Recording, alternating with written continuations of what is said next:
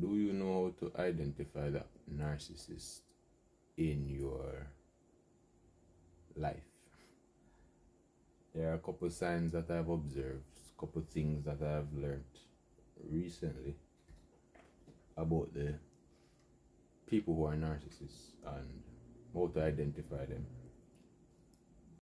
Narcissists, same thing as people who have a Jezebel spirit. It's just that the clinical or the psychological term for it is narcissism, but all the same thing. One of the things that you'll find about narcissists is that they love to gather information. Early on in your relationship with a narcissist, you will find that somehow you're just sharing a lot of personal things, a lot of deep things that you probably never share, and they are trying to prompt you to share a bag of different things because that spirit comes with information gathering. You have to be very careful with that because it's very likely that at the first sign of a fallout, that information is going to be used in some way against you. That information is going to be brought up in some way against you that you've shared in confidence. Narcissists love when people come to them. They don't really do much reaching out to other people, and when they do any reaching out to other people, it's usually love bombing geared towards achieving some form of control in the long run. So what you will find with a narcissistic person is that more than likely you're the one who always has to reach out to them. You're the one who always has to initiate going out or meeting up together. Narcissists are not very good at maintaining deep friendships, deep relationships. They're very surface level and shallow because they are self-centered at the core of them. They're very self-centered, so they can't really put in that much effort into maintaining relationships because of their self-centeredness. The very interesting thing that I learned about a relationship with a narcissist is the development of what is called a trauma bond. Now, I wrongly thought that a trauma bond was when two people who have traumatic passes come together and they bond over that trauma. But that's not actually what the definition of a trauma bond is. A trauma bond is actually when you're in a relationship with somebody where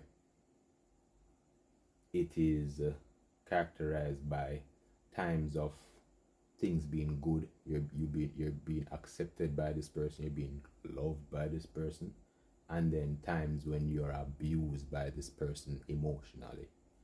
So you begin to develop this type of this bond where it's very unhealthy, where you're being abused by this person, but at the same time, for throughout the majority of the relationship, you're being abused by this person, but at the same time, through different spurts, different intervals, they will give you a bone.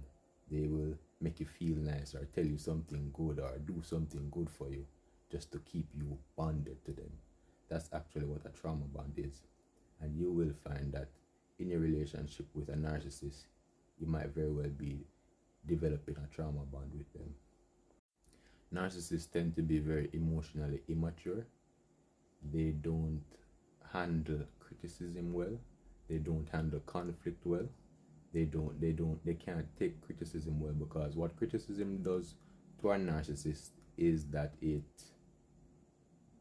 attacks their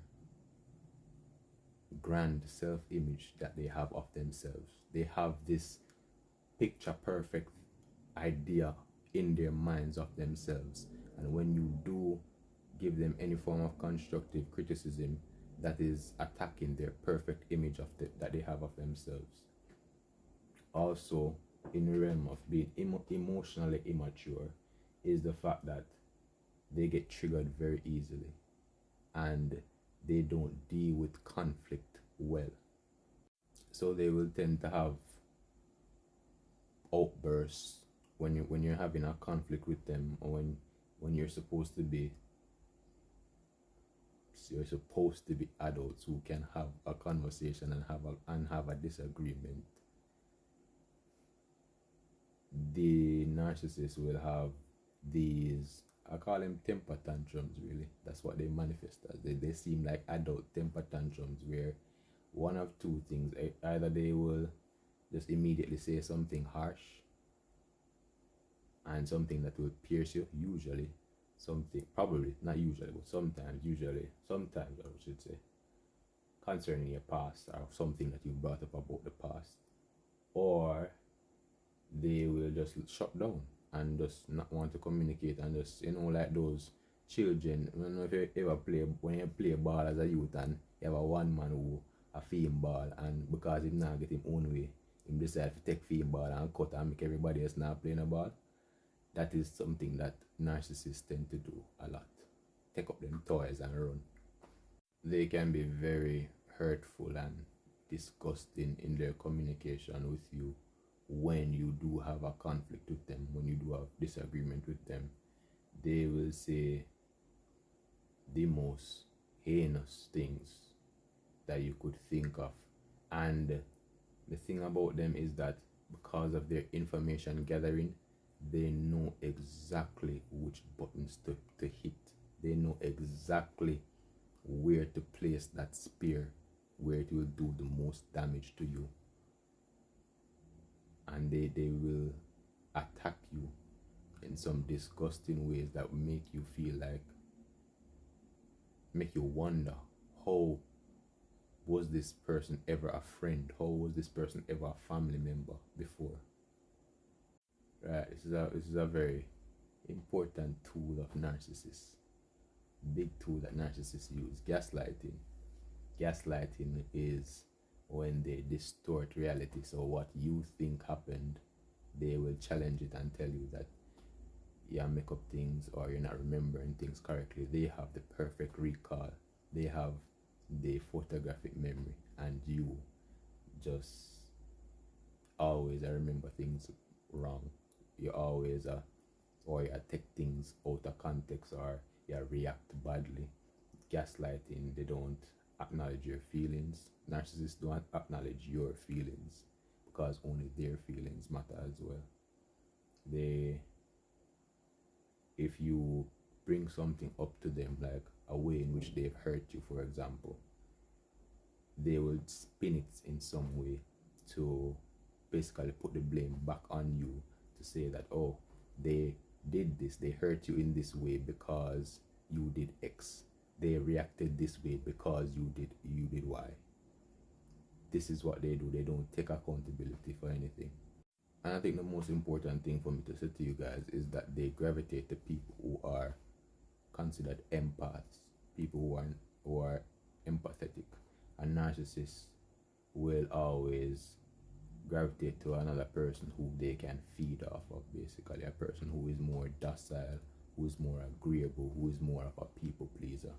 So this message is really for those persons who are empathetic, those persons who find themselves being people pleasers.